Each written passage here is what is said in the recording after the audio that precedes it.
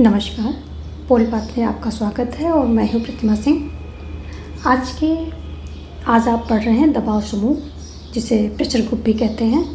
और आज के वीडियो में हित समूह, दबाव समूह, लॉबिंग सभी के बारे में जानेंगे। लेकिन सबसे पहले ये जानना ज़रूरी है कि ये अस्तित्व में कैसे आए, कब इनका जो है ये प्रयोग किया जाने लगा राजनीति में। जब हम तुलनात्मक राजनीति का परंपरागत अप्रोच जब हमने पढ़ा तो पढ़ा था कि तुलना कहाँ तक सीमित होगी, यानी कि तुलना कहाँ तक की जाएगी। तुलना उसमें हमने पढ़ा कि तुलना जो है राज्य की होगी, सरकार की होगी और संविधान की होगी, जो है यहीं तक सीमित थी तुलना उसकी। जो परंपरागत अप्रोच था तुलनात्मक राजनीति का, तो वहाँ तक तुलना कहाँ तक सीमित थी, सिर्फ राज्य, सरकार और संविधान, यहीं तक सीमित थी। लेकिन जब तुलनात्मक राजनीति का जो आधुनिक अप्रोच आया, जब हमने आधुनिक अप्रोच को पढ़ना शुरू किया, तब समूह राजनीति की बात आने लगी। और ग्रुप पॉलिटिक्स का मतलब क्या है, पार्टी पॉलिटिक्स, दबाव समूह, इंटरेस्ट ग्रुप, ये सभी जो है इसके मतलब निकल के आते हैं अगर हम जो है तकनीकी तौर पर देखें तो। अमेरिकी जो लीडर्स थे, जैसे कि जेफरसन, मेडिसन, ये सभी सोचते हैं कि समाज के अनेक प्रकार के हित होते हैं, यानी कि समाज में अलग अलग वर्ग होते हैं, अलग अलग समूह होते हैं, और जितने वर्ग होंगे, जितने समूह होंगे, उन सभी के हित अलग होंगे। जैसे कि व्यापारी का हित अलग होगा, व्यापार से संबंधित होगा, छात्रों का हित अलग होगा, एजुकेशन से संबंधित होगा, और इसी तरह किसानों का हित अलग होगा। तो अलग अलग हित होंगे, तो ऐसे ही उनके जो अलग अलग समूह होंगे समाज में, तो अलग अलग उनके हित भी होंगे। और उदारवादी ऐसा ही सोचते हैं कि समाज में अनेक हित हैं। तो अगर हम हितों की बात करें कि कौन कौन से हित हैं, तो जब हम देखते हैं कि जो हित समूह होते हैं तो वो हितों को लेकर के चलते हैं। और वो कौन कौन से होते हैं, कौन कौन से हित हो सकते हैं। व्यापारी, किसान, कई प्रकार के एक समाज में हित हो सकते हैं, क्योंकि ऐसा तो है नहीं कि एक समाज में एक ही वर्ग रह रहा है, कई वर्ग रह रहे हैं। तो जैसे कि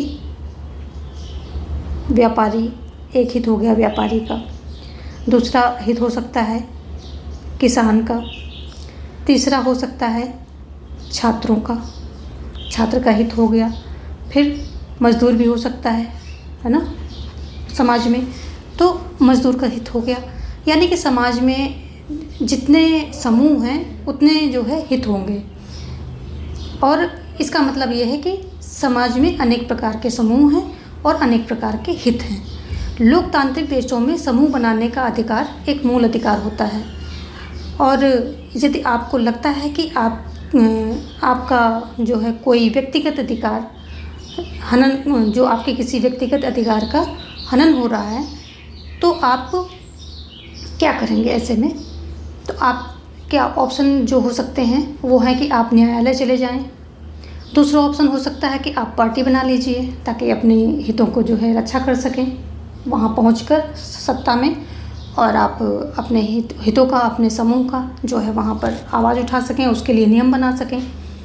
तीसरा है कि कहीं एप्लीकेशन दीजिए, कोई अधिकारी हैं कहीं पर, कुछ जहाँ पर आपका सुनवाई हो सकती है, वहाँ पर एप्लीकेशन दीजिए कि हमारा फला जो है अधिकारों का जो है हमसे हमारा हनन किया गया है। वो सब कर सकते हैं। और क्या कर सकते हैं, आप समूह बना सकते हैं। ये आपका एक मौलिक अधिकार है, तो आप एक समूह बना सकते हैं। अब जो भी बात आपको उठानी है, तो यदि एक छात्र जाए, छात्रों का समूह है, छात्रों का हित है, लेकिन यदि एक छात्र जाकर के अपना हित के बारे में बात करे तो उसकी बात नहीं सुनी जाएगी। उसके द्वारा जो बात उठाई गई है उसका कम प्रभाव होगा। लेकिन जो एक समूह है छात्रों का, अगर वो मिल करके किसी चीज़ को उठाता है, किसी अपने हित के बारे में बात करता है, तो उसकी बात प्रभावशाली होगी और उसकी बात सुनी भी जाएगी। इसी प्रकार एक किसान अपनी बात आगे बढ़ाए, उसका कम प्रभाव होगा, लेकिन सारे जब इकट्ठा होकर आवाज़ उठाएंगे तो प्रभाव ज़्यादा होगा। इसीलिए हित समूह की बात आई। और लोकतांत्रिक देशों में शक्ति पृथक्करण का जो है एक बहुत फॉलो किया जाता है। जितने भी लोकतांत्रिक देश है जैसे अमेरिका वगैरह, यहाँ पर शक्ति पृथक्करण का सिद्धांत जो है फॉलो किया जाता है, जो कि मॉन्टेस्क्यू के द्वारा दिया गया है। और इसमें क्या है कि कार्यपालिका, व्यवस्थापिका और जो न्यायपालिका है, ये सभी अपने अपने अधिकारों का प्रयोग करेंगे। तो इस तरह से वहाँ पर क्या होगा, शक्ति जो है केंद्रीकृत नहीं होगी और सरकार के यानी कि पूरी शक्ति सरकार के पास केंद्रित नहीं होगी। और क्योंकि अगर शक्ति केंद्रित होती है तो सरकार उसका गलत इस्तेमाल करेगी और फिर क्या होगा, केंद्रीकृत शक्ति के चक्कर में जो नागरिक हैं उनके मूल अधिकार जो है प्रभावित होंगे, उनके मूल अधिकारों का हनन भी हो सकता है। इसलिए कहा जाता है कि समाज में जो है हित समूह आवश्यक है, ताकि जो है सभी अपने अपने सभी के जो समूह हैं, सभी समूहों की बात उठाई जा सके। सभी के हितों की मांग कौन करेगा? अगर सोचें तो सरकार में अगर हम सरकार बना रहे हैं किसी प्रकार की, किसी तरह की, तो उसमें क्या होता है कि सभी वर्गों के प्रतिनिधि वहाँ तक नहीं पहुँच पाते हैं। समाज का कुछ भाग या कोई वर्ग रह जाता है जिसके प्रतिनिधि वहाँ पर नहीं पहुँच पाते हैं। तो वहाँ पर उनके हितों की मांग कौन उठाता है? उनके हितों की मांग ये दबाव समूह उठाते हैं। ये क्या करते हैं कि सरकार पर दबाव बनाते हैं और अपने हितों को पूरा कर लेते हैं सरकार पर दबाव बना करके। तो अगर हम हित समूह की बात करें तो हित समूह क्या करते हैं, सरकार पर दबाव बनाते हैं। ये सरकार नहीं बनाते हैं। ये ध्यान देने वाली बात है कि हित समूह सरकार पर दबाव बनाते हैं, सरकार नहीं बनाते हैं। यानी कि इनका सत्ता से कोई लेना देना नहीं होता है। ये सरकार को प्रभावित करते हैं, सरकार को ख़त्म नहीं करते हैं। ये बेसिक से अंतर है, क्योंकि जो ये क्या करते हैं, सरकार को अनुक्रियाशील बनाते हैं, यानी कि उनको कार्य करने के लिए प्रोत्साहित करते हैं कि किस तरह से समाज में डिमांड है, किस तरह के हितों की जो है लोगों को आवश्यकता है, तो उस तरह से उसको कार्य करने के लिए प्रेरित करते हैं, दबाव बनाते हैं। और अगर हम इसके विपरीत देखें कि जो ये मार्क्सवादी चिंतन में माना जाता है कि सरकार को ख़त्म ही कर दिया जाए, जहाँ पर राज्य को कोई दर्जा नहीं दिया जाता है, राज्य को ख़त्म करने की बात की जाती है, सरकार को क्रांति के द्वारा ख़त्म करने की बात की जाती है। तो ऐसा ये जो हित समूह होते हैं ये ऐसा नहीं मानते हैं। हित समूह जो है इनका काम है सिर्फ दबाव बनाना, और दबाव बना करके अपना जो जिस समूह की ये बात उठा रहे हैं, जिस समूह के हितों की बात कर रहे हैं, तो उनके हितों को जो है फुलफिल करना। हित समूह ही दबाव समूह है। अगर हम देखें तो हित समूह क्या है, तो हित समूह ही दबाव समूह है। कई बार क्या होता है कि हम भी दबाव डालते हैं घर पर कि हमें नया फ़ोन दिलवा दो, नहीं तो अब वो नहीं तो के आगे सबके अलग अलग जो है डिफिनीशन हो जाएंगी, लेकिन फ़ोन दिलवा दो नहीं तो क्या होगा, वो सबका अलग अलग होता है। कई बार हम टीचर पर दबाव डालते हैं कि जल्दी सिलेबस ख़त्म करवा दो, या जल्दी से प्रैक्टिस करवा दो, या और ज़्यादा प्रश्न लेकर के आइए, या और अच्छे प्रश्न जो है प्रैक्टिस में रखिए। तरह तरह की बातों को हम जो दबाव बनाते रहते हैं। अपना घर पे बनाते हैं, टीचर्स पे बनाते हैं, अपने जो हमारा पीयर ग्रुप होता है उसमें भी बनाते हैं। बस हम समझ नहीं पाते। हम भी दबाव समूह का एक जो है छोटा सा फॉर्मूला हम भी यूज करते हैं। लेकिन क्या होता है कि दबाव समूह को नकारात्मक शब्द के रूप में देखा जाता है। ये एक नकारात्मक शब्द है। ये सरकार पर दबाव की बात करता है। हित समूह न्यूट्रल है, हित समूह हित तटस्थ है। अगर हम हित समूह की बात करें, हित समूह, तो ये क्या है, न्यूट्रल है। ये न्यूट्रल है और ये तटस्थ है। और अगर हम दबाव समूह की बात करें तो यदि हम दबाव समूह की बात करें तो ये नकारात्मक है। ये नकारात्मक शब्द के रूप में इसको देखा जाता है। दबाव समूह क्या है, नकारात्मक है, क्योंकि ये दबाव बनाता है अपने हितों को पूरा करने के लिए। क्या करता है कि ये दबाव बनाता है, तो इसलिए ये नकारात्मक है। और हित क्या करता है, भाई सभी के अपने हित हैं और सभी अपने हितों के लिए जो है बात कर सकते हैं, अपने हितों के लिए डिमांड कर सकते हैं। लेकिन एक दबाव बनाना ये नकारात्मक हो जाता है। और इसका मतलब होता क्या है कि इसका मतलब ये हुआ कि सभी दबाव समूह जो है हित समूह जो है होते हैं, परंतु सभी हित समूह दबाव समूह नहीं होते हैं। तो यहाँ से एक बात पकड़नी है कि जो हित समूह होते हैं, कई प्रकार के हित समूह समाज में होते हैं, जैसे कि व्यापारी से संबंधित व्यापारियों का हित समूह हो गया, छात्रों का हो गया, मजदूर का हो गया, किसान का हो गया। तो ज़रूरी नहीं है, टीचर्स का भी हो गया। तो ज़रूरी नहीं कि जितने भी हित समूह हैं वो सरकार पर दबाव डाल करके अपने हितों की जो है मांग मनवा सकें, ऐसा ज़रूरी नहीं है। तो हित समूह जो होते हैं वो सभी हित समूह दबाव समूह नहीं होते, क्योंकि सभी इस स्थिति में नहीं होते हैं कि सरकार पर दबाव डाल के अपना डिमांड जो है मनवा सकें। लेकिन जितने भी दबाव समूह होते हैं वो सारे हित समूह होते हैं, क्योंकि हित समूह ही होते हैं जो कि अच्छी पोजीशन पे होते हैं, अच्छा सरकार को प्रभावित कर सकते हैं, वो दबाव समूह कहलाते हैं, क्योंकि वो सरकार पर दबाव डालते हैं। तो हित समूह और दबाव समूह में ये बेसिक सा डिफरेंस है कि सभी हित समूह जो है दबाव समूह नहीं होते हैं, लेकिन सभी दबाव समूह हित समूह होते हैं। ये एक बेसिक सा डिफरेंस है। जैसे हमारे यहाँ प्राइमरी टीचर हड़ताल करते हैं तो सरकार पर कुछ प्रभाव नहीं पड़ता है, बच्चे भी खुश, टीचर भी खुश, क्या करना, सरकार पे ज़्यादा कुछ प्रभाव नहीं पड़ेगा। तो ये है, तो इनका ये अपने हित की डिमांड करते हैं, हित की मांग करते हैं, लेकिन हड़ताल कर रहे हैं, लेकिन उसका सरकार पर बहुत ज़्यादा प्रभाव नहीं पड़ेगा। इसीलिए हर हित समूह सरकार पर दबाव नहीं बना सकता है। कुछ होते हैं जो सरकार पर दबाव बना देते हैं, तो वही दबाव समूह कहे जाते हैं। तो यहाँ पर हम 3 चीज़ों को देख रहे हैं। एक तो हमारा जैसे ये हित समूह हो गया, हित समूह हो गया। दूसरा दबाव समूह हो गया, दबाव समूह हो गया। और तीसरा हमने लॉबिंग भी देखनी है कि ये लॉबिंग क्या है। तो तीसरी बात, अगर हमने हित समूह की बात कर ली कि हित समूह क्या है, जो अपने किसी एक वर्ग के हितों की बात उठाएं, वो हित समूह हो गए। दबाव समूह क्या है, वो ऐसे हित समूह जो कि सरकार पर दबाव बना सकते हैं और अपनी बात मनवा सकते हैं, वो दबाव समूह कहलाए जाते हैं, क्योंकि ये प्रभावशाली होते हैं, अपना प्रभाव सरकार पर बना लेते हैं। तीसरा होता है लॉबिंग। अगर हम लॉबिंग की बात करें, तीसरी जो बात है, ये लॉबिंग की बात करते हैं, तो इस लॉबिंग में क्या होता है कि ये यूएसए यानी कि अमेरिका में सबसे ज़्यादा जो है ये इसका प्रयोग किया जाता है।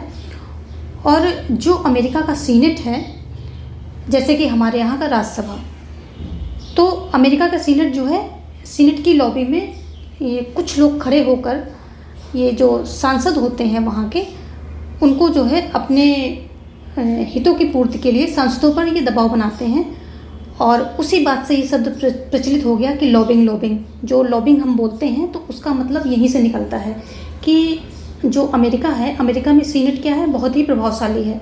और सीनेट में जो विधायक होते हैं, जो सांसद होते हैं, उन पे दबाव बनाने के लिए कुछ लोग लॉबी में खड़े होते हैं और अपनी बात को, अपने जो समूह के हित होते हैं उनको मनवाने के लिए उन सांसदों पर दबाव बनाते हैं। और जब वो सांसदों पर दबाव बनाते हैं लॉबी में खड़े होकर के, तो वहीं से ये शब्द जो है निकला है लॉबिंग। इसका अगर हम एक तकनीकी एक वर्ड देखें कहाँ से आ रहा है ये, तो ये यहीं से आता है। कुछ लोग जो लॉबी में खड़े होकर के सीनेट की सरकार पर, जो सांसद हैं उन पे प्रेशर बनाते हैं अपनी बात का, और वहीं से ये वर्ड लॉबिंग प्रचलन में आ गया। दबाव का ये एक तरीका है, ये क्या है, एक पद्धति है और कुछ नहीं है, बस ये एक पद्धति है लॉबिंग। तो आप उसको अगर हम सामान्य भाषा में देखें तो आप हित समूह कह लीजिए, दबाव समूह कह लीजिए, लॉबिंग कह लीजिए, ये सभी कुछ बेसिक डिफरेंस के साथ एक ही चीज़ है। हल्का से इसमें बहुत माइनर से डिफरेंस आएगा।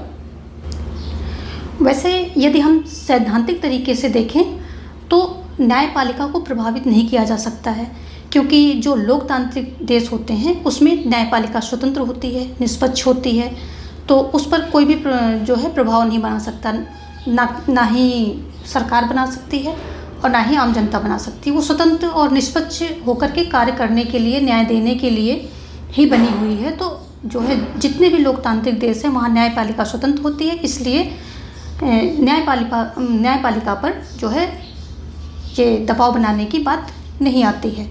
तकनीकी अंतर से देखें तो लॉबिंग तो केवल जो है विधायकों पर जो होते हैं, विधायक होते हैं या सांसद कह लें आप, तो ये विधायकों पर ही प्रभाव की बात करती है। अमेरिका में सीनेट बहुत ही प्रभावशाली है और सीनेट का जो है ये सांसद होते हैं, इन पर प्रभाव बनाने का, इन पर प्रभाव डालने, इनको प्रभावित करने का प्रयास होता है। तो ये जो है मेन, अगर हम बात करें तकनीकी तरीके से, तो ये सांसदों, विधायकों और जो सरकार में जिनका अहम रोल है उनको प्रभावित करने की बात होती है। ये दबाव समूह कह लीजिए, हित समूह या लॉबिंग। इनमें यदि आप सामान्य तरीके से सोचें तो हित समूह, दबाव समूह, लॉबिंग ये एक ही बात है, ये सभी एक ही बात है। थोड़ा थोड़ा सा इनमें डिफरेंस होता है। दबाव समूह, लॉबिंग तो लगभग एक ही जैसे काम करते हैं। हित समूह थोड़ा सा वहाँ पे अंतर होता है कि हित समूह वो होते हैं जो दबाव नहीं बना पाते हैं लेकिन हितों की बात अपनी उठाते हैं। थोड़ा सा यहाँ पे डिफरेंस आएगा। आगे यदि हम दबाव समूह के प्रकारों की बात करें कि ये दबाव समूह कितने प्रकार के होते हैं, तो दबाव समूह के प्रकार जो है 4 होते हैं और ये किसके द्वारा किया गया है? आमंड एवं पावेल ने इनको, जो दबाव समूह हैं, इनके 4 प्रकार बताए हैं।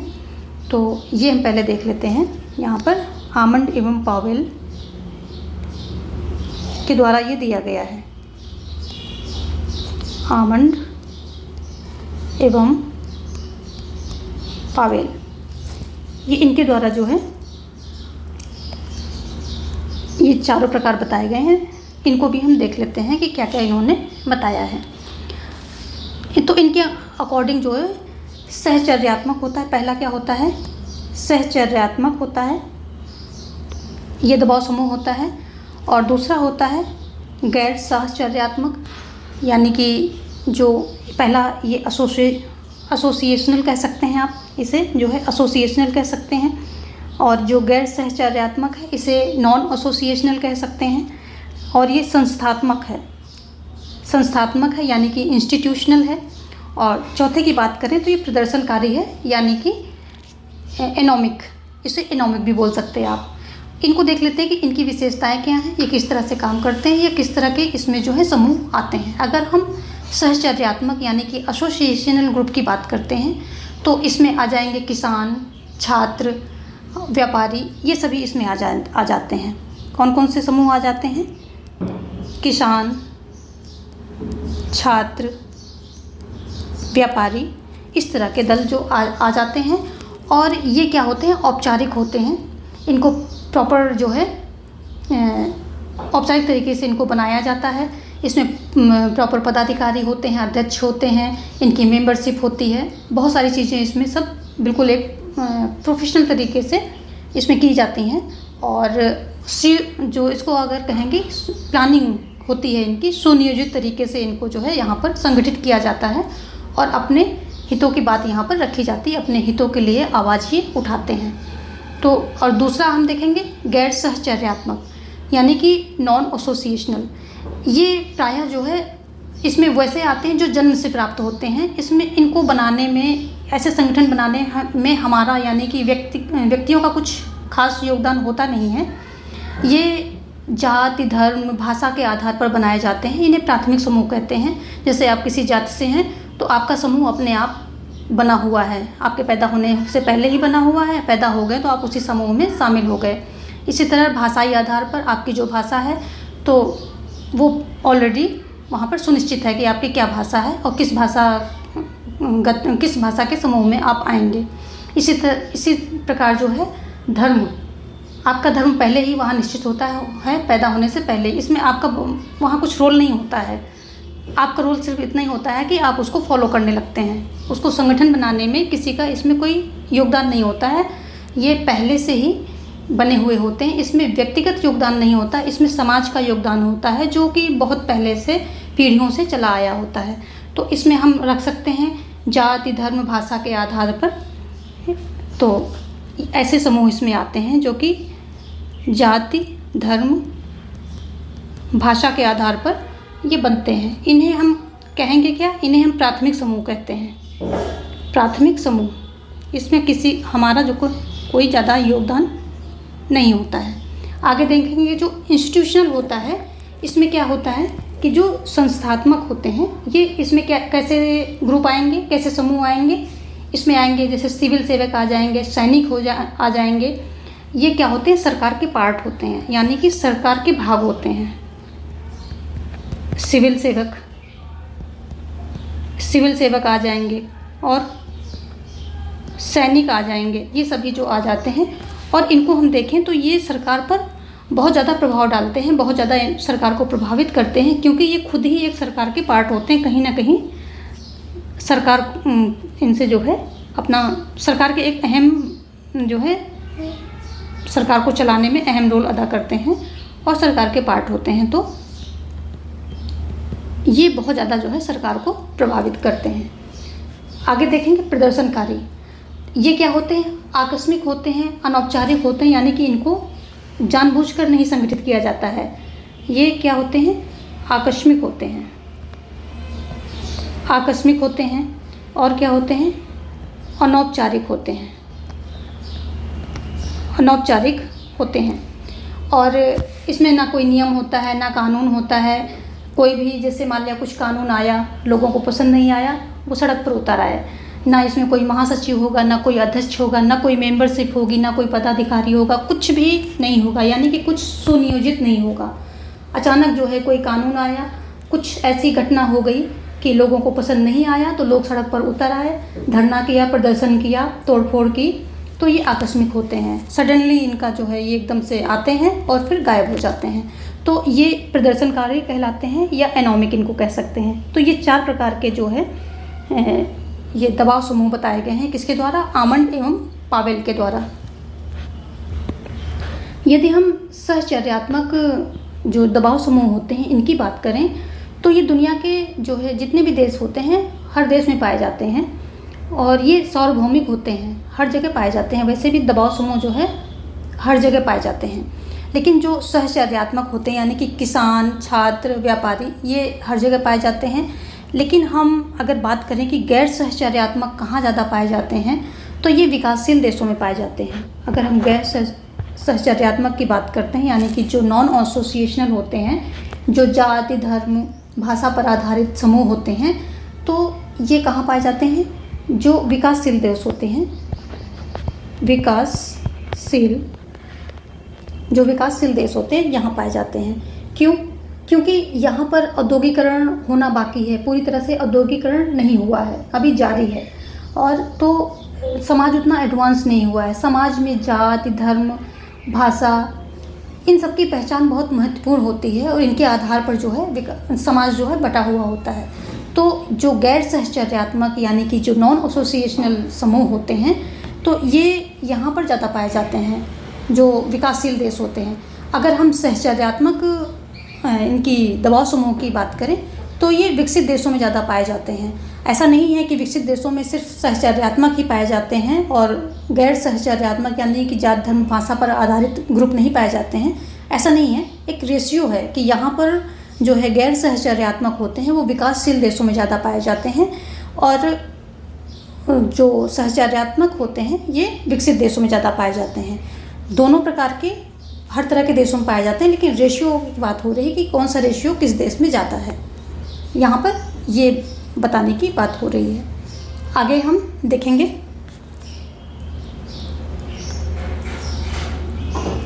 दबाव समूह। अभी हम सिर्फ दबाव समूह को थोड़ा सा देखने पड़ेंगे क्योंकि दबाव समूह जो है आपका ये टॉपिक है आपके सिलेबस का। हमने इसके बारे में देखा, लॉबिंग भी आता है, लॉबिंग के बारे में क्वेश्चन आते हैं, हित समूह भी आ जाता है। तो ये सभी हमने चीज़ें देखने की, बेसिक चीज़ें इनका क्या है और बेसिक कॉन्सेप्ट क्या है वो सारा हमने देख लिया है कि क्या क्या चीज़ें, लॉबिंग क्या है, हित समूह क्या है, दबाव समूह क्या है, इनमें क्या क्या डिफरेंस है वो हमने एक बेसिक सा कॉन्सेप्ट ले लिया है। अभी हम थोड़ा सा दबाव समूह को देखेंगे। तो दबाव समूह को समझने के लिए सबसे पहले जो है हम कुछ परिभाषाओं को ले लेते हैं। जो ओडी कार्ड हैं ये कहते हैं कि दबाव समूह ऐसे लोगों का औपचारिक संगठन है जिनके एक या अधिक सामान्य उद्देश्य या स्वार्थ होते हैं और जो घटनाओं के क्रम को विशेष रूप से सार्वजनिक नीति के निर्माण और प्रशासनिक कार्यों को इसलिए प्रभावित करने का प्रयत्न करते हैं कि वे अपने हितों की रक्षा व वृद्धि कर सकें। तो यहाँ पर देखिए एक क्या है, औपचारिक संगठन बता रहा है। औपचारिक यानी कि इसको सुनियोजित तरीके से इसका संगठन किया जाता है। इसमें जो एक हित के समूह होते हैं समान हितों के समूह वाले लोग जो है इकट्ठा होते हैं और संगठन बनाते हैं, और जिनके एक से अधिक सामान्य उद्देश्य या स्वार्थ होते हैं। जैसे कि व्यापारियों का देख लीजिए तो वो टैक्स के बारे में बात कर सकते हैं, बाकी जो ये ओपन मार्केट है इसके बारे में बात कर सकते हैं। तो वो अपने हित से संबंधित उनका एक उद्देश्य भी हो सकता है और कई सारे उद्देश्य भी हो सकते हैं। अपने जो उनका समूह होता है उसके कई सारे उद्देश्य भी हो सकते हैं और एक सिंगल भी उद्देश्य को लेकर के वो चल सकते हैं। और आगे क्या कह रहा है, जो घटनाओं के क्रम को विशेष रूप से सार्वजनिक नीति के निर्माण और प्रशासनिक कार्यों को इसलिए प्रभावित करते हैं कि वे अपने हितों की रक्षा व वृद्धि कर सकें। तो ये जो नीतियाँ होती हैं सरकार की, जो प्रशासनिक कार्य होते हैं, इनको ये इसलिए प्रभावित करते हैं ताकि ये अपने हितों की रक्षा कर सकें और अपने हितों के लिए और वहाँ पर ज़्यादा स्कोप बना सकें, यानी कि रक्षा भी कर सकें और उनके हितों की वृद्धि भी कर सकें। तो ये जो है इसकी खास विशेषता है। एक तो ये औपचारिक संगठन होता है, फिर इनके सामान्य उद्देश्य होते हैं, स्वार्थ होते हैं, एक भी हो सकता है, अनेक भी हो सकते हैं। और ये इनका बेसिक काम क्या है कि जो सरकार की नीतियां हैं और प्रशासनिक कार्य हैं इनको प्रभावित करना और इनको जो है अपने हितों की रक्षा और वृद्धि के लिए उपयोग करना। ये जो है इनके इस परिभाषा के अकॉर्डिंग जो है चल रहा है। और परिभाषाएं जो है उसी तरह गठित की जाती हैं जैसे कि किसी चीज़ की विशेषता होती है। तो विशेषता और जो परिभाषा होती हैं वो मिलती जुलती होती हैं, क्योंकि जो परिभाषा होती वही उसकी विशेषता होती। जो विशेषताएं जिस चीज़ की जो होती उसी आधार पर परिभाषाओं का रचना की जाती है। तो काफ़ी ज़्यादा सिमिलैरिटी होती है यहाँ पर। आगे जो है हरमन जीगलर क्या कह रहे हैं, दबाव समूह ऐसा संगठित समूह है जो अपने सदस्यों को सरकारी पदों पर बिठाए बिना सरकारी निर्णयों को प्रभावित करते हैं। तो यहाँ पर एक चीज़ और निकल के आ रही है कि ये ऐसे समूह होते हैं, ऐसे संगठित समूह होते हैं, यानी कि संगठित समूह यानी कि औपचारिक, यहाँ भी औपचारिकता होती है, यानी कि ये सुनियोजित तरीके से इनको जो है बनाया जाता है। तो ये ऐसे समूह होते हैं जो अपने सदस्यों को सरकारी पदों पर बिठाए बिना, यानी कि ये सत्ता में अपने सदस्यों को आसीन नहीं करते हैं। इनका मकसद सत्ता प्राप्त करना नहीं होता है। इनका मकसद होता है कि जो सत्ता में बैठे लोग हैं उन पर दबाव बना करके उनके निर्णयों को प्रभावित करना, उनके निर्णयों को अपनी हित के अकॉर्डिंग जो है बनाने के लिए इनको दबाव डालना। तो ये हरमन जीगलर जो है ऐसे परिभाषा देते हैं। यहाँ पर 2 परिभाषा दी गई हैं, आगे भी देखेंगे और परिभाषाएं। अगर हम उत्पत्ति की बात करें तो जो ये दबाव समूह हैं, तो दबाव समूह की उत्पत्ति संयुक्त राज्य अमेरिका में होती है। यदि हम देखें कि ये कहाँ से जो है इसका जो है शुरू होता है, तो दबाव समूह की उत्पत्ति कहाँ से होती है, दबाव समूह की उत्पत्ति होती है संयुक्त राज्य अमेरिका में। आज भी जो है संयुक्त राज्य अमेरिका में ही जो दबाव समूह कह लीजिए या लॉबिंग कह लीजिए, कुछ भी कह सकते हैं आप, दोनों एक ही चीज़ है। तो सबसे ज़्यादा जो है प्रभावशाली कहाँ है, अमेरिका में ही है। आगे जो है आर्थर बेंटले हैं, इनकी बुक क्या है, द प्रोसेस ऑफ गवर्नमेंट। ये बार बार एग्जाम्स में आती है और बहुत ज़्यादा जो पूछी जाती है। आर्थर बेंटले ने जो 1908 में आती है ये पुस्तक, 1908 में आती है, और इन्होंने अपनी पुस्तक द प्रोसेस ऑफ गवर्नमेंट में सबसे पहले दबाव समूह के महत्व को स्वीकार करते हुए इसे राजनीतिक व्यवस्था का महत्वपूर्ण अंग बताया था। इन्होंने एक व्यवस्थित अध्ययन किया था दबाव समूह पर, इसलिए इनको समूह व्यवस्था का जनक कहा जाता है। किसे, आर्थर बेंटले को समूह व्यवस्था का जनक कहा जाता है, क्योंकि ये पहले व्यक्ति थे जिन्होंने दबाव समूह के महत्व को स्वीकार करते हुए इसे जो है राजनीतिक व्यवस्था का महत्वपूर्ण अंग बताया था। क्योंकि ये इनका मानना है कि दबाव समूह जो है समाज के जितने हित होते हैं, जितने समूह होते हैं, सभी के हितों को ये उठाता है, उनके हितों की बात करता है, उनके हितों को फुलफिल करने में जो है ये अपना रोल निभाता है। और प्लस ये क्या करते हैं कि व्यक्तियों के जो बातें होती हैं उनको सरकार तक पहुंचाता है, क्योंकि हर एक व्यक्ति की समाज में क्या क्या डिमांड है, कैसे कैसे कौन सा वर्ग जो है अपने अधिकारों से वंचित हो रहा है, कौन से वर्ग का अहित हो रहा है, ये सारी बातें सरकार को जो है नहीं पता चलती हैं। ये दबाव समूह ही हैं जो जाकर के बताते हैं कि देखिए इस समूह का जो है हित नहीं हो पा रहा है आपके गवर्नमेंट में, आपकी सरकार में, तो आप जो है इसको भी देखिए, नहीं तो आपको आगे अगले चुनाव में भुगतना पड़ेगा। तो ये सारी बातें एक प्रकार से सूचना दे रही हैं, जनता और यानी कि व्यक्ति और सरकार के बीच में कड़ी का काम करते हैं, सूचना देने का काम करते हैं। तो ये दबाव समूह जो है बहुत ही आवश्यक होते हैं। दबाव समूह को जो है विभिन्न नामों से जाना जाता है, बहुत सारे नामों से जाना जाता है, जैसे कि दबाव समूह, हित समूह और या फिर सिर्फ समूह ही कह देते हैं, या प्रभावक गुट। तो यहाँ पर कुछ जो है मेन नाम हैं, इनको हम देख लेंगे। हैदी, अक्सरीन, पिनाक तथा स्मिथ, ये जो है दबाव समूह कहते हैं इनको। अगर हम आमंड, हिचनर, कोकोविच की बात करें तो ये इसको हित समूह के नाम से बुलाते हैं। बहुलवादी क्या कहते हैं, केवल समूह बोलते हैं। और एलान बाल क्या हो कहते हैं कि प्रभावक गुट। एलान बाल जो है दबाव समूह को प्रभावक गुट के नाम से जो है जानते हैं, इसको पुकारते हैं। यहाँ पर कुछ जो है कथन दिए गए हैं, बहुत ही छोटे छोटे से हैं पर ये बहुत ही महत्वपूर्ण हैं। तो जो है शुम्पीटर क्या कहते हैं, गुमनाम साम्राज्य का शासक, ये कहते हैं और ये एग्जाम्स में आते हैं, बार बार पूछे जाते हैं। छोटे छोटे से स्टेटमेंट हैं पर बहुत ही महत्वपूर्ण हैं। मैकिन क्या कहते हैं, ना दिखाई देने वाली सरकार, ना दिखाई देने वाली सरकार, ये मैकिन ने इसको ये नाम दिया है दबाव समूह को। और कार्ल जे फ्रेडरिक, जो कार्ल जे फ्रेडरिक होते हैं, ये क्या कहते हैं, दल के पीछे के सक्रिय जन, दल के पीछे के सक्रिय जन कार्ल जे फ्रेडरिक के द्वारा कहा गया है। और एस.ई. फाइनर की बात करें तो ये गुमनाम या अज्ञात साम्राज्य के नाम से इन्होंने इसको पुकारा है। जो दबाव समूह है इनको क्या बोला है, गुमनाम साम्राज्य या अज्ञात साम्राज्य के नाम से इन्होंने इसको बुलाया है। आगे हम देखेंगे विशेषताएं, इनकी क्या क्या विशेषताएं हैं वो देख लेते हैं। तो अगर हम दबाव समूह की विशेषताओं की बात करते हैं, दबाव समूह की विशेषताएं की बात करें तो व्यक्तियों का औपचारिक संगठन, बिल्कुल, क्योंकि ये सोच समझ के जो है संगठित होता है, अपने हितों की पूर्ति के लिए जो है संगठित किया जाता है। इसमें प्रॉपर मेंबरशिप होती है, इसके नियम कानून होते हैं, इसमें जो है अध्यक्ष होते हैं, महासचिव होते हैं, जिस तरह के दल बनते हैं बड़े छोटे उस प्रकार के यहाँ पर पदाधिकारी भी होते हैं। तो जो है ये औपचारिक संगठन है।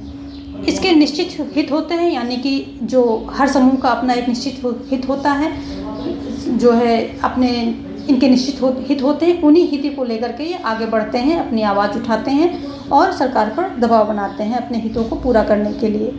तो ये किसी समूह से जुड़े होते हैं, उस समूह के हितों को ये आगे ले जाते हैं। आगे अनिश्चित कार्यकाल, इनका कोई निश्चित कार्यकाल नहीं होता। ऐसा नहीं कि ये 5 साल के लिए गठित हो रहे हैं या 10 साल के लिए गठित हो रहे हैं, इनका अनिश्चित कार्यकाल होता है।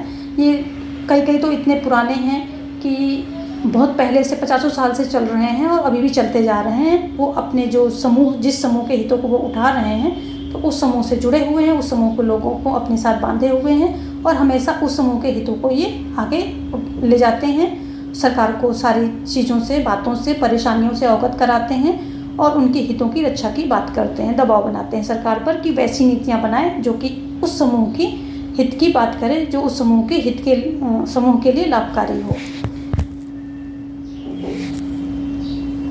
ये यहाँ पर रिपीट हो गया, देखते हैं दूसरा।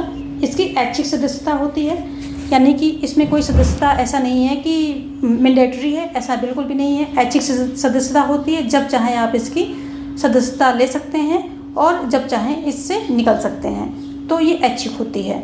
और ये सर्वव्यापी प्रकृति, जो दबाव समूह होते हैं इनकी सर्वव्यापी प्रकृति होती है। ये क्यों इसको सर्वव्यापी बोला गया है, क्योंकि जो आज के समय में, वर्तमान समय में कोई भी शासन व्यवस्था हो, कोई भी शासन पद्धति हो, कोई कैसा भी देश हो, तो वहाँ पर ये दबाव समूह देखने को मिलते हैं। दबाव समूह जो है इनका एग्जिस्टेंस, यानी कि इनका अस्तित्व हर देश में है, हर तरह की शासन प्रणाली में ये पाए जाते हैं। तो इसलिए इनकी प्रकृति क्या होती है, सर्वव्यापी होती है, यानी कि ये सर जगह जो है सभी देशों में पाए जाते हैं। अगला है इसकी विशेषता में, आगे क्या है, राजनीति और प्रशासन में परोक्ष भूमिका। तो ये राजनीति और प्रशासन में क्या होते हैं, इनकी परोक्ष भूमिका होती है, यानी कि ये प्रत्यक्ष रूप से, सक्रिय रूप से, प्रत्यक्ष रूप से वहाँ शासन पे आसीन नहीं होते हैं, सत्ता पे बैठते नहीं हैं, ना ही इनको जो है सत्ता से कोई मतलब भी नहीं होता है, शक्ति और सत्ता से इनका कोई मतलब नहीं होता है। लेकिन ये सरकार को पूरी तरह से प्रभावित करते हैं कि उनकी नीतियाँ उनकी सरकार को और उनकी नीतियों को प्रभावित करते हैं और अपनी इच्छा अनुसार यानी कि अपने समूह के हित में उनको जो है तब्दील करने की कोशिश करते हैं। तो ये राजनीति और प्रशासन में इनकी परोक्ष यानी कि अप्रत्यक्ष भूमिका होती है। ये वहाँ पर सत्ता पे आसीन नहीं होते हैं, लेकिन नीतियों को प्रभावित करके ये जो डिसीजन मेकिंग होती है, लॉ एंड कानून होते हैं, उसमें इनका बहुत बड़ा रोल होता है। उसमें इनका जो है इनकी मर्जी वहाँ पर होती है, यानी कि इनकी डिसीजन मेकिंग का वहाँ पर असर दिखता है। आगे देखेंगे संवैधानिक और असंवैधानिक साधनों का प्रयोग। संवैधानिक और असंवैधानिक साधनों का प्रयोग में आप ये समझें कि ये दबाव समूह जो होते हैं तो ये संवैधानिक साधनों का प्रयोग करते हैं। यानी संवैधानिक जैसे कि उन साधनों का प्रयोग करना कि अगर इनको ये हड़ताल कर सकते हैं। संवैधानिक शासन यानी कि इनको अधिकार प्राप्त है, इन समूहों को अधिकार प्राप्त है कि ये हड़ताल करें, प्रदर्शन करें, धरना दें, ये सब इनके अधिकार हैं। लेकिन तो ये क्या है, संवैधानिक हो गए, क्योंकि संविधान के द्वारा इनको ये अधिकार दिए गए हैं, तो ये संवैधानिक हो गए। लेकिन असंवैधानिक क्या हो जाएंगे कि जो कि संविधान में अलाउ ना किया गया हो और इन साधनों का भी ये प्रयोग कर रहे हैं, तो वो असंवैधानिक हो जाएंगे। और असंवैधानिक में जैसे कि ये हथियार सहित विद्रोह कर दे, हथियार बंद जो है, हथियारों को लेकर के ये जो है प्रदर्शन करने लग जाएं और किसी आक्रमण कर दें, तो ये सब क्या हो गया, असंवैधानिक हो गया। तो ये क्या करते हैं कि कभी कभी इस तरह के जो है जनता को भड़काना या फिर क्या है ये हड़ताल कराना और भी कई तरह की चीज़ें होती हैं जो कि असंवैधानिक हैं। तो ये दंगा वगैरह ये सब चीज़ें असंवैधानिक हैं, लेकिन ये प्रयोग कर लेते हैं कभी कभी उसका भी। तो ये संवैधानिक साधनों का प्रयोग तो करते ही करते हैं, साथ में ये असंवैधानिक साधनों का प्रयोग करने से नहीं सकते हैं यदि इनकी हित की पूर्ति नहीं होती है। यानी कि अगर इनकी हितों की पूर्ति नहीं हो रही है तो ये असंवैधानिक साधन का भी प्रयोग कर लेते हैं। आगे देखेंगे दबाव समूह के साधन क्या क्या हैं। तो इनके साधन यानी कि किस तरह से ये दबाव बनाते हैं, तो उसे दबाव समूह के साधन बोले जाता है। तो ये अनुनय विनय करते हैं, यानी कि ये एक प्रकार से रिक्वेस्ट करते हैं सरकार से कि ये हमारी शर्तें हैं, ये हमारे हित हैं, इनको आप सुनिए, देखिए, इनके अकॉर्डिंग नीतियाँ बनाइए।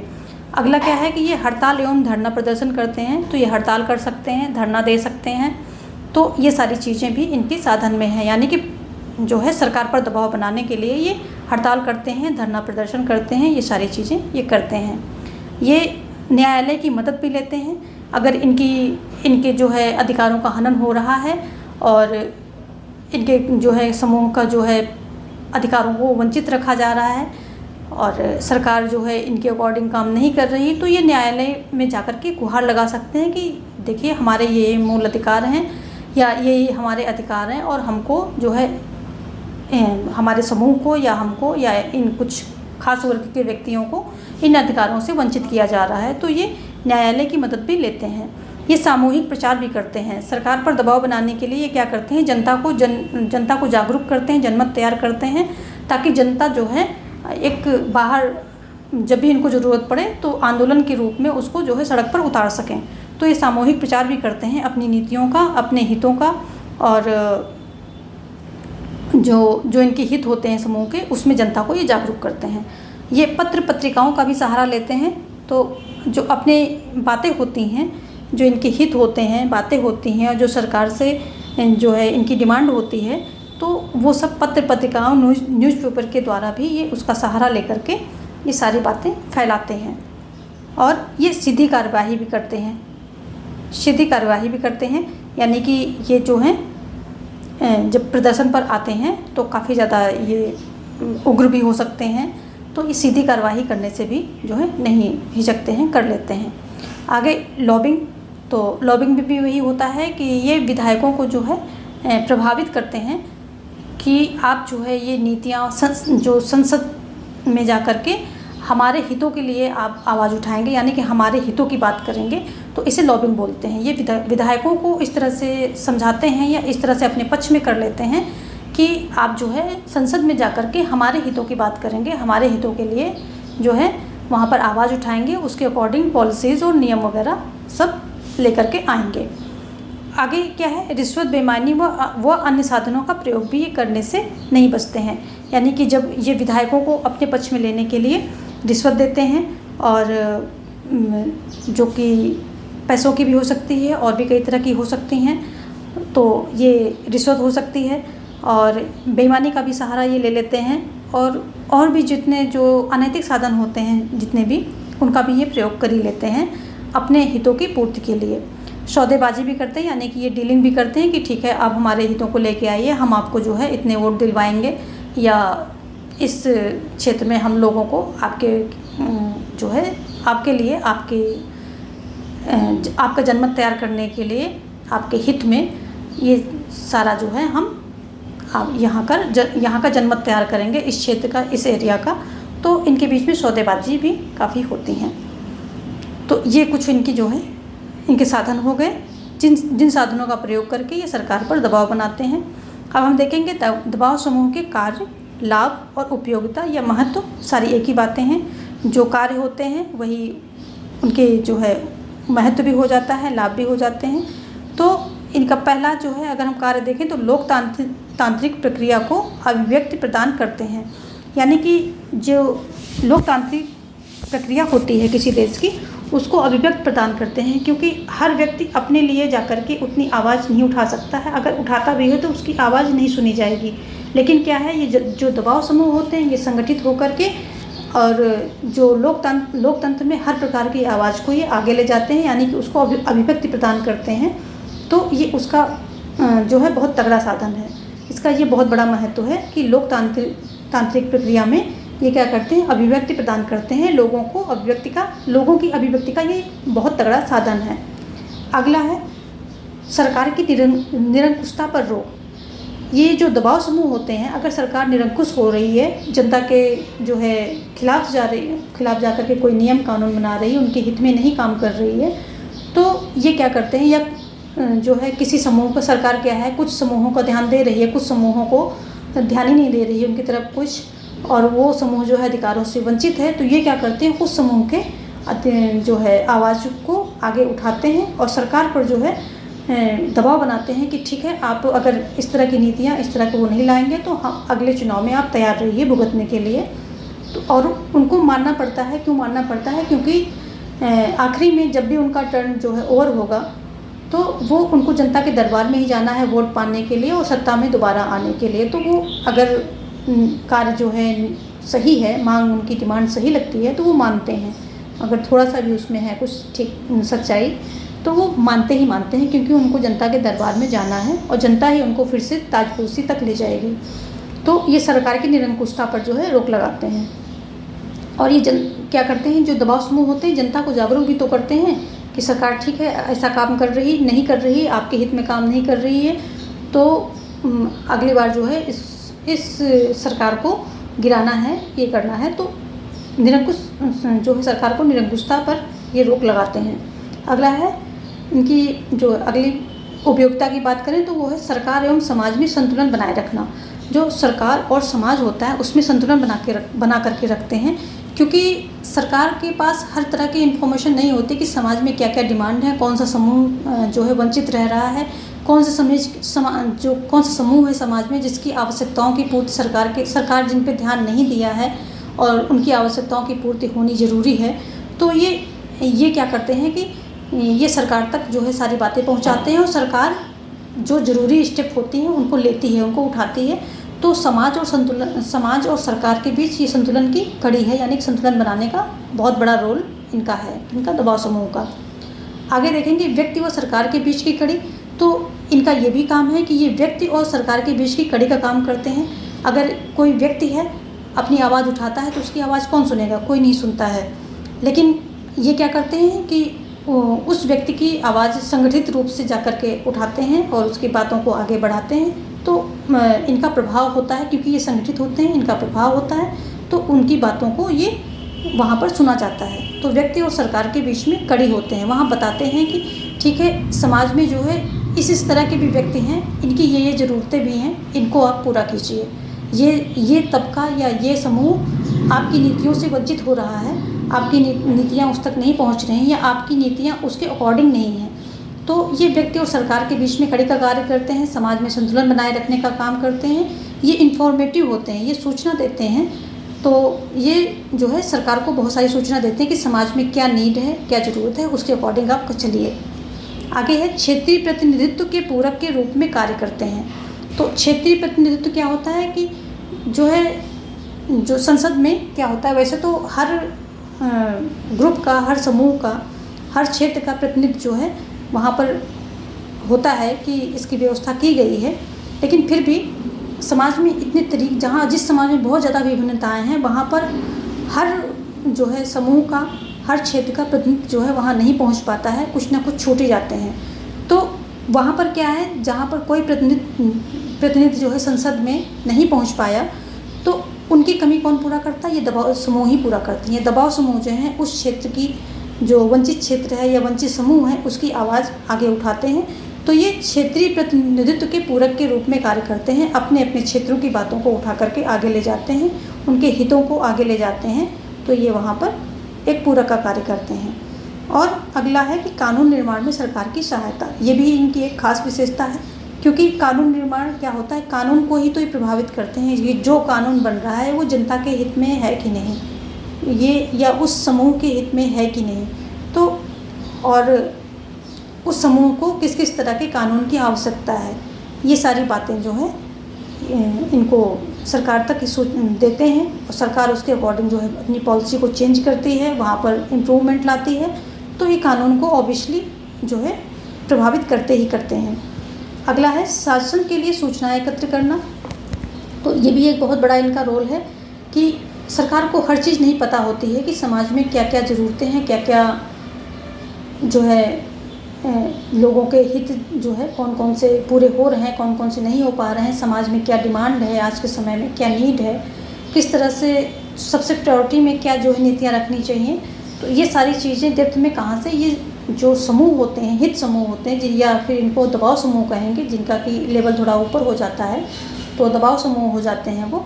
तो ये दबाव समूह ही इनकी बातों को आगे लेकर के जाते हैं और समाज की सारी जो स्थिति होती है, जो कंडीशन होती है समाज की, जो नीड होती है, जो ज़रूरतें होती हैं लोगों की, उन सभी ज़रूरतों से, उन स्थितियों से सरकार को अवगत कराते हैं, सूचनाएं देते हैं, जिससे कि शासन अकॉर्डिंगली जो है नीतियां बना सके लोगों के लिए।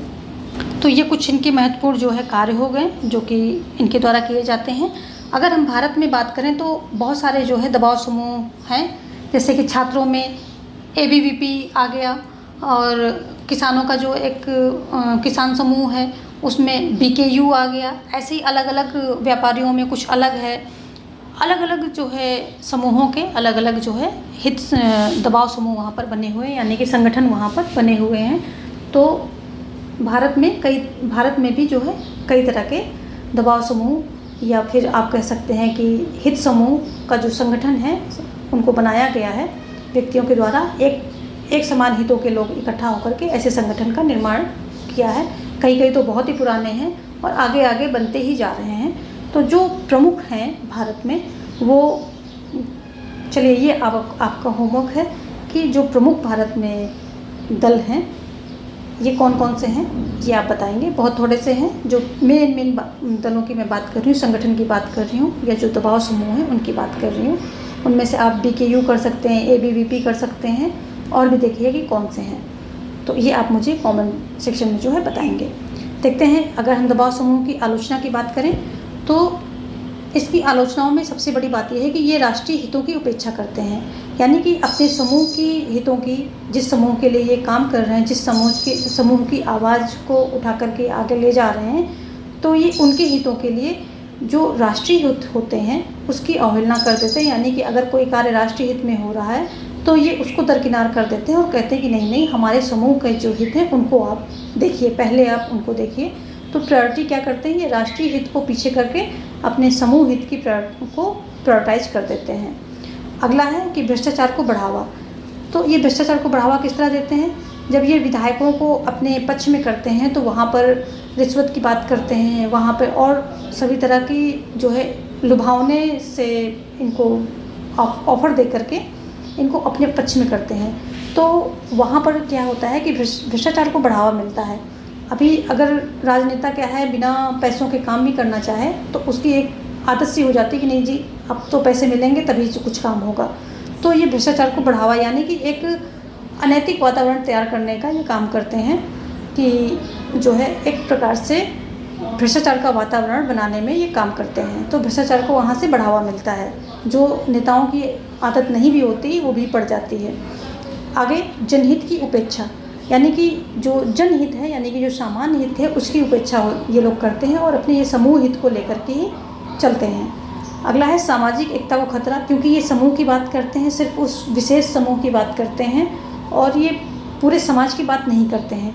तो यहाँ जब एक समूह की बात की जाएगी उसके हितों के लिए जो है धरना प्रदर्शन होगा और उसके हितों को जो है वृद्धि की रक्षा की बात की जाएगी, तो समाज का दूसरा हित भी आगे आएगा, वो अपने हितों की बात करेगा। तो यहाँ पर क्या होगा कि समूह जो कई सारे समूह हैं समाज में उनके हितों के बीच में टकराव होगा और वहाँ पर क्या है सामाजिक एकता को खतरा बढ़ेगा, क्योंकि हर समूह फिर अपने ही समूह के बारे में अपने ही व्यक्तियों के बारे में सोचेगा, पूरे समाज के बारे में नहीं सोचेगा। तो जो यूनिटी है यूनिटी वहाँ पर डिग्रेड होगी, यूनिटी वहाँ पर खतरे में आ जाएगी। तो ये हमने जो है दबाव समूह के बारे में पढ़ा, उसकी उत्पत्ति के बारे में पढ़ा, हित समूह, दबाव समूह, लॉबिंग क्या है उसके कॉन्सेप्ट को भी समझा। और यहाँ पर एक आपको मैंने होमवर्क दिया है कि जो भारत में दबाव समूह के प्रमुख संगठन हैं वो आप बताइए और आप कमेंट सेक्शन में दीजिए। लेकिन यदि आपको लगता है कि मैं आपको वो बताऊँ सारे जो भारत के प्रमुख संगठन हैं तो आप कमेंट सेक्शन में जो है कहिए, बताएंगे तो वो भी मैं एक अलग से वीडियो बना करके वो भी दे दूँगी कि भारत में जो है कितने जो है प्रमुख दबाव समूह यहाँ पर संगठन है, वो भी मैं किसी एक छोटा सा वीडियो बना करके वो भी दे दूँगी। तो चलिए आज के लिए बस इतना ही, मिलते हैं कल किसी और टॉपिक के साथ। उम्मीद है आपको जो है आपके लिए ये वीडियो वेरी हेल्पफुल रही होगी और सारी बातें इसमें समझ में आई होंगी, क्योंकि कोशिश की है मैंने इसको सारे जो है स्ट्रक्चर है इसका समझाने का, जो भी इसका कॉन्सेप्ट है वो सब कुछ समझाने का प्रयास किया है। तो मुझे उम्मीद है ये आपके लिए हेल्पफुल रहेगी। धन्यवाद।